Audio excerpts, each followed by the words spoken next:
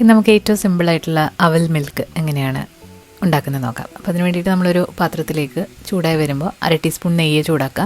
ഇതിലേക്ക് 1 cup brown കളറിലുള്ള അവൽ ചേർത്തിട്ട് നന്നായിട്ടൊന്ന് വറുത്തെടുക്കണം. നല്ല ക്രിസ്പി ആകുന്നവരെ ഒന്ന് വറുത്തെടുക്കുക. കളറൊന്നും ചേഞ്ച് ആവണ്ട. നന്നായിട്ട് നമ്മൾ വറുത്തെടുത്തിട്ടുണ്ട്.